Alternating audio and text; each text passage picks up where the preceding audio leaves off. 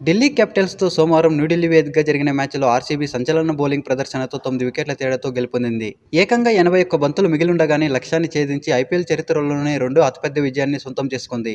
ఇక ఆర్సీబీ కంటే ముందు ఐపీఎల్ చరిత్రలోనే ఎక్కువ బంతులు మిగిలుండగానే చేసిన జట్టుగా ముంబై ఇండియన్స్ 87 బంతులతో మొదటి స్థానంలో ఉంది. టాస్ ఓడి బ్యాటింగ్ దిగిన డీసీకి Hazlewood and Bhuvneshwar Kumar starting నుంచే చుక్కులు చూపించారు. వీళ్ళిద్దరి దాటికి పవర్ ప్లే ముగిసే సమయానికి ఢిల్లీ క్యాపిటల్స్ కేవలం 13 పరుగులు మాత్రమే చేసింది. ఐపీఎల్లో 18 ఏళ్ల చరిత్రలో ఒక జట్టు పవర్ ప్లేలో సాధించిన అత్యల్ప స్కోర్ ఇదే కావడం విశేషం. ఓపెనర్ సాహిల్ పరాక్ నుంచి అక్షర్ పటేల్ వరకు సింగిల్ డిజిట్కే పరిమితమయ్యారు. ఇందులో 3 డకౌట్లున్నాయి. భువనేశ్వర్ కుమార్ అండ్ హజల్వుడ్ దాటికి ఢిల్లీ క్యాపిటల్స్ 16.3 ఓవర్లలో 75 పరుగులకే ఆలౌట్ అయింది. ఇంపాక్ట్ ప్లేయర్గా వచ్చిన అభిషేక్ పరల్ మాత్రం 30 పరుగులతో టాప్ స్కోరర్గా నిలిచాడు. అనంతరం లక్ష్యంలో చిన్న టార్గెట్ను ఆర్సీబీ ఈజీగా చేసేసింది. ఇక ఈ మ్యాచ్లో స్టార్ బ్యాటర్ విరాట్ కోహ్లీ చరిత్ర సృష్టించాడు.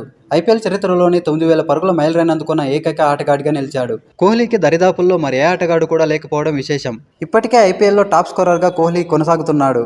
అతని తర్వాత రోహిత్ శర్మ 7,183 పరుగులతో రెండో స్థానంలో ఉన్నాడు.